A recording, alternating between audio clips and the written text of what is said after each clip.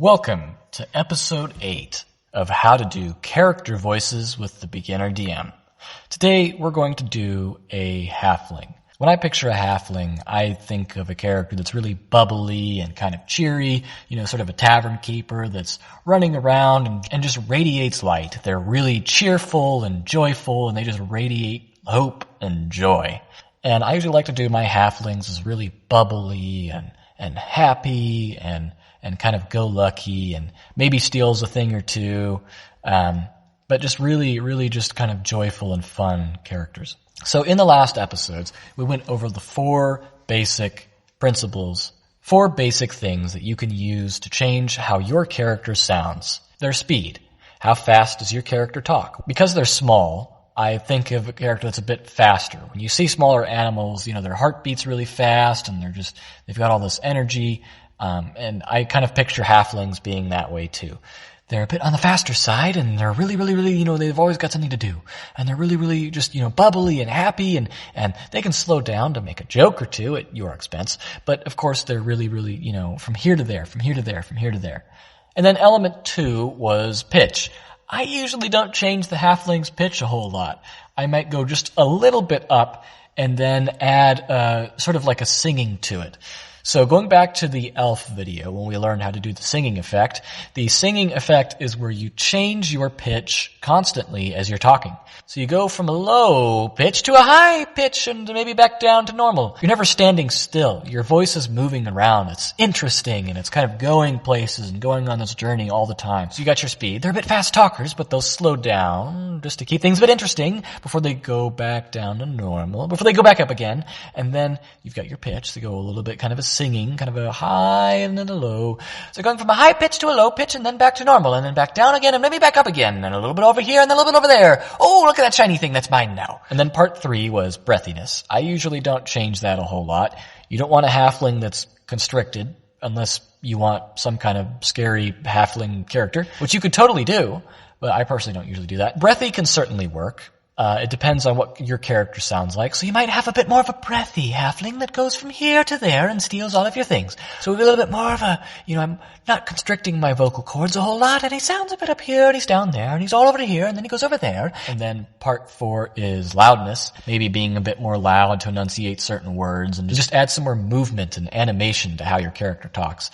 When you think of how you're talking as a halfling, add a lot of movement and animation with it. And then the last thing is going to be the hardest, but if you would like, you can add accent to it. And I'm terrible with accents, so I kind of mix those 2 up and combine them.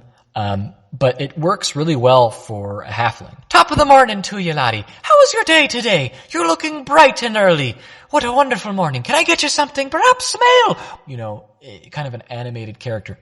If you want to learn how to do an Irish or Scottish accent, just an easy way to do that is just find a few phrases and just practice those. Top of the morning to you, laddie. Rather than saying laddie, they say laddie, so A's are A's. Oh, I believe you, and I hear what you're saying. Just down the road last week, I saw myself a manticore. I tell you, it was real. The damn thing nearly took my head off. I ran off with my mule, and I saw these giant footprints. Ask me, there's something big going on. There's monsters roaming the countrysides, and I don't quite know what to do about it. I'm just a simple tavern keeper. I can't tell you much more than that. So go ahead and practice that, have fun with it, and think about what your halfling sounds like. Is your halfling really fast, or maybe he's a bit slower? Maybe he doesn't have to talk so fast, and that gives you a bit more time to think about what you want to say. And then, of course, there's also his pitch. Maybe he's a bit on the lower side. Maybe he's been around a few times, and he's seen something he has, eh? And does he sing? I'm singing around as I'm talking, and you can hear my voice never really sounds the same because I'm moving it around.